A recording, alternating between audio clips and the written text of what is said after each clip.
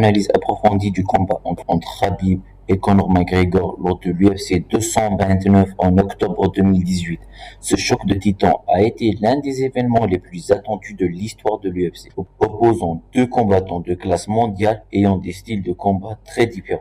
Khabib Nurmagomedov, surnommé The Aigle, était à l'époque le champion invaincu des poids légers de l'UFC, avec un palmarès impressionnant de 26 victoires et aucune défaite. Il était réputé pour sa lutte exceptionnelle, sa force phénoménale et sa capacité à épuiser ses adversaires en les maintenant au sol. Conor McGregor était l'ancien champion poids léger de l'UFC, renommé pour ses compétences en boxe, ses mouvements fluides et son pouvoir de frappe. Bien que McGregor était actif dans l'octogone pendant 2 ans avant ce combat, son charisme et de combat spectaculaire en fait l'une des figures les plus emblématiques du MMA. Khabib a montré sa stratégie claire, emmener McGregor au sol, le contrôler avec sa lutte implacable. Conscient du pouvoir de frappe de McGregor, Khabib a cherché à éviter les échanges de coups en fermant rapidement la distance. Il a utilisé son jab pour trouver le rythme de l'Irlandais et le pousser vers la cage, où il excellait dans les prises de jambes et les amener au sol.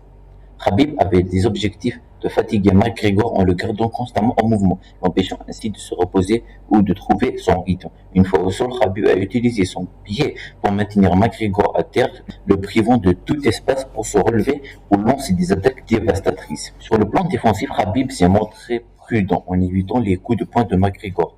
Lors des rares moments où il était en position debout, il a fait preuve de patience et de discipline pour ne pas tomber dans le piège de l'Irlandais. Quant à la stratégie de Conor McGregor, elle était simple. Garder le combat debout et exploiter son avantage en boxe. Il a tenté d'utiliser son excellent mouvement de pied pour éviter les prises de Khabib et garder une distance sûre. Il a cherché à capitaliser sur sa prise et sa puissance de frappe pour mettre fin au combat avant que Khabib ne puisse l'emmener au sol.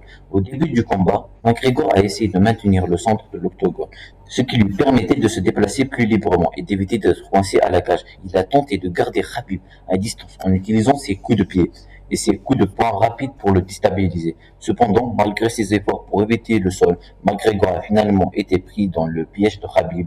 Une fois au sol, l'Irlandais a eu du mal à se défendre contre le grappling implacable de Khabib et a été contraint de subir des attaques de soumission.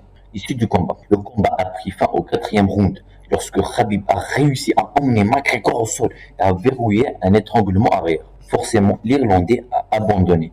Khabib a ainsi conservé son titre de champion poids léger de l'UFC de manière spectaculaire. Cependant, l'incident post-combat où Khabib a sauté par-dessus de la cage pour attaquer un membre de l'entourage de McGregor a terni l'issue du combat et a été largement critiqué. En conclusion, le combat entre Khabib et Conor a été un événement mémorable. Le combat contrasté. La stratégie implacable de Khabib en lutte lui a permis de dominer McGregor au sol, mettant en évidence la vulnérabilité de l'Irlandais dans ce domaine.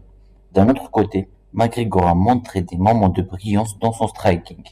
Il n'a pas réussi à éviter la lutte implacable de Khabib. Ce combat restera gravé dans l'histoire de l'UFC comme une rencontre emblématique entre deux grands combattants au style unique.